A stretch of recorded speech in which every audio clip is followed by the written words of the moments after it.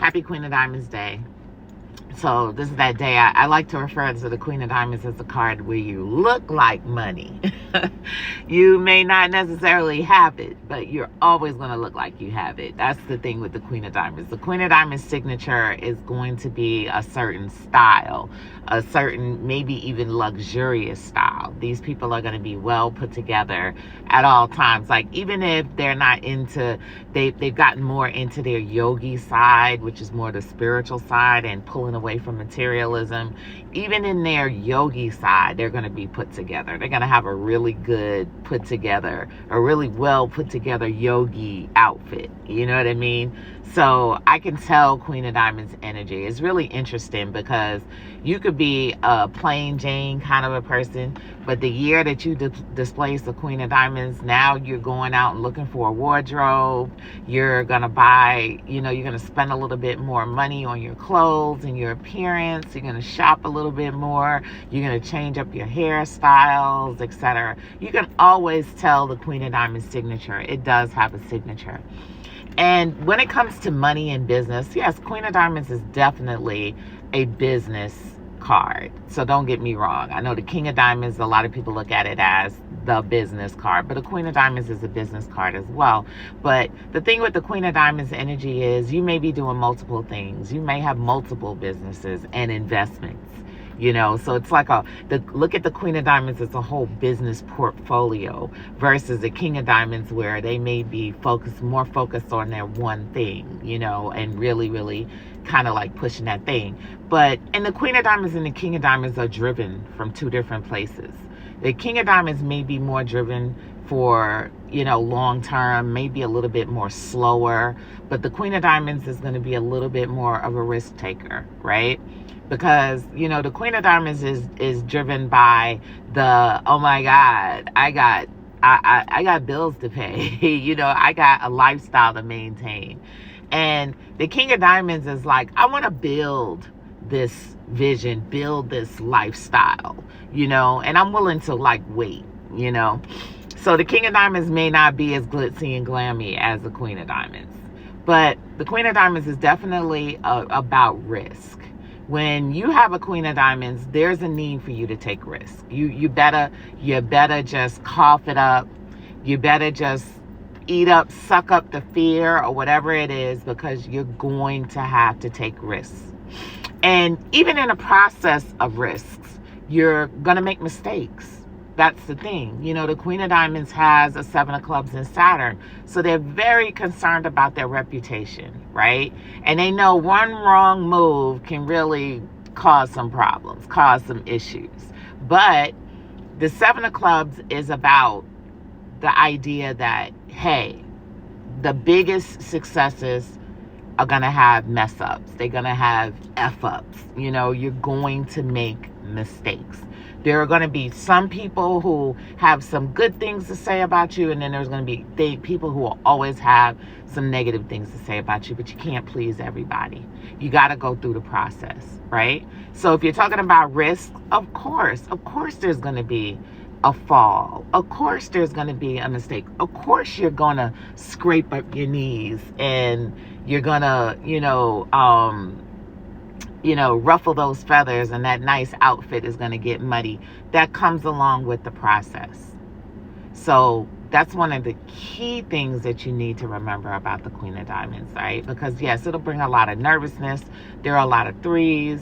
You may be on the fence about things. You may be sitting on the crossroads about, should I do this? Should I do that? You may want to run away. You may get in something and then just decide that you want to abandon it. These are some of the things that you're going to face with that energy. But this energy is the energy that makes billionaires.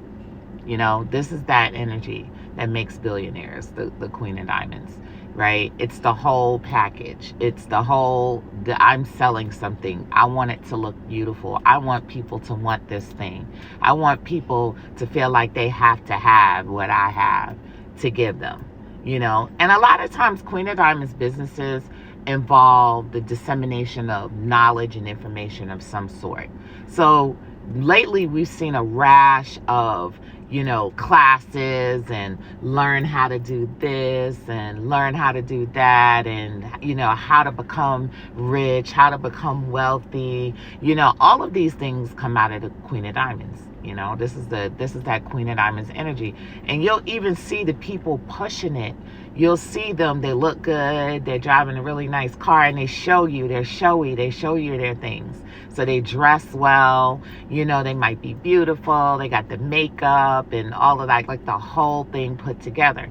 And some people don't understand that. They look at it, they're like, well, you shouldn't wear all of your you shouldn't show off your wealth or all that other stuff. But you got to understand that is fully a part of the Queen of Diamonds allure. That is the Queen of Diamonds path. You know what I mean? So you got to look good.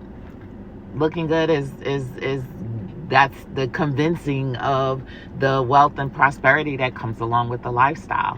King of Diamonds, on the other hand, they like to hide a lot. They like to be behind the scenes. That's why a lot of King of Diamonds are producers and not the actual artists. They're very creative, but they like to be behind the scenes. So they're not necessarily going to show off their flashiness like the Queen of Diamonds. So let's see what else about the Queen of Diamonds.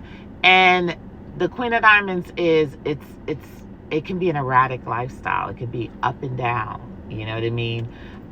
Feast or famine, and again, in the beginning, when you're really, really, really trying to get a hold of the energy, you're going to suffer failures, and that failure usually comes in the form of money. It usually comes in the form of a loss, and you just got to eat it up. You got to pick it up and keep on going. It's a cycle, right? Inevitably, those losses are going to become a lot less, and you're going to become a lot more used to the flow of money, so much so that you can psychically tap into it, and you can psychically tap into the people. That's what's really key about the Queen of Diamonds. Being able to tap into the people, tap into their pulse, become really relatable. These people are very relatable. They know how to relate to the trends. A King of Diamonds might not know anything about what's going on in the trends right now. And he may have to hire, or he or she with the King of Diamonds energy may have to hire people that deal with the trends. But as a Queen of Diamonds, the Queen of Diamonds is going to know what's hot and what's not. They're going to want to know those things. They're going to want to be really tapped in. They're going to really be tapped in. They're going to be in the now, while as the King of Diamonds may not have a clue as to what's going on out there, and doesn't really care, because the King of Diamonds is like, I'm going to make it.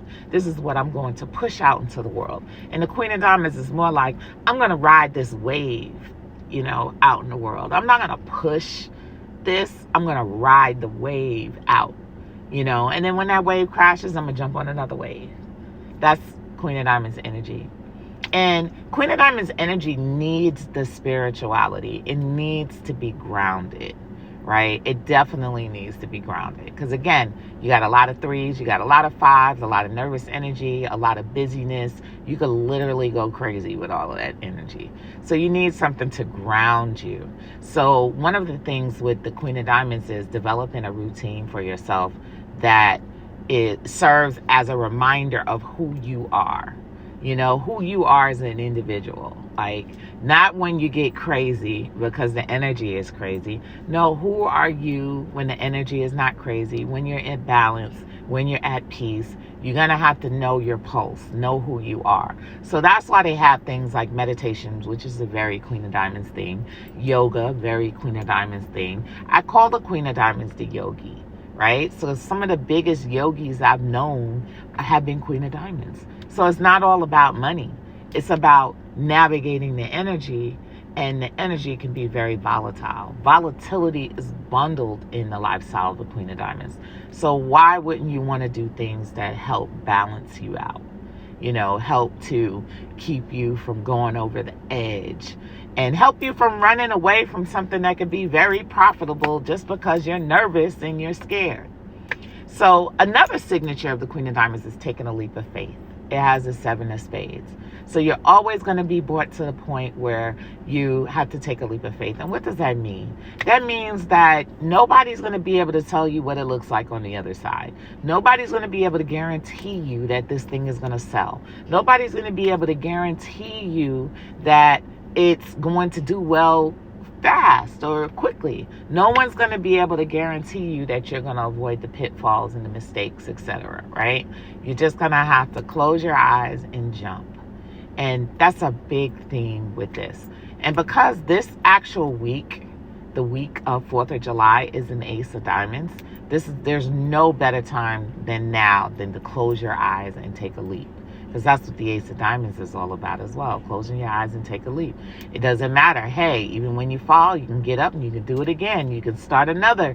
You can re-roll. You can, try again. Like, all of that stuff is bundled in this energy. So there's really not anything to worry about. But on the worry tip, you want to worry about overdoing things, right? Like spending. That is the big Queen of Diamonds thing. Budgets, spending. Because you're going to have the urge to spend money. You're going to want to have nicer things. You're going to spend more money. This is the shopping card. This is the card that gets on Amazon and buys a whole lot of packages. And this is the card that once you go in the store, you just can't help yourself but to pick up this and to pick up that and to do this. Before you know it, you're walking out, you spent way more than you anticipated. That's one of the things with the Queen of Diamonds, like a little bit of wastefulness sometimes when it comes to money. So you want to be conscious this week about your spending, because it's all about the consequences of such. A lot of times this money is earmarked for something. You spend it on something else, and then that other thing doesn't get done, and then you get the Queen of Diamonds worries and frustrations and anxieties and all of that. Just avoid all of that and make sure that you have your resources allocated to the proper places. So enjoy this Queen of Diamonds day. And if you got a Queen of Diamonds in your spread, remember that all of this Queen of Diamonds information I was talking about applies to you too in some way. That's how cardology works. Cardology just does not just apply to the person who is the card. You are going to be holding that card in your hand, and you get to tap into the superpowers, and you're going to suffer from the karmic repercussions of things that are associated with that card.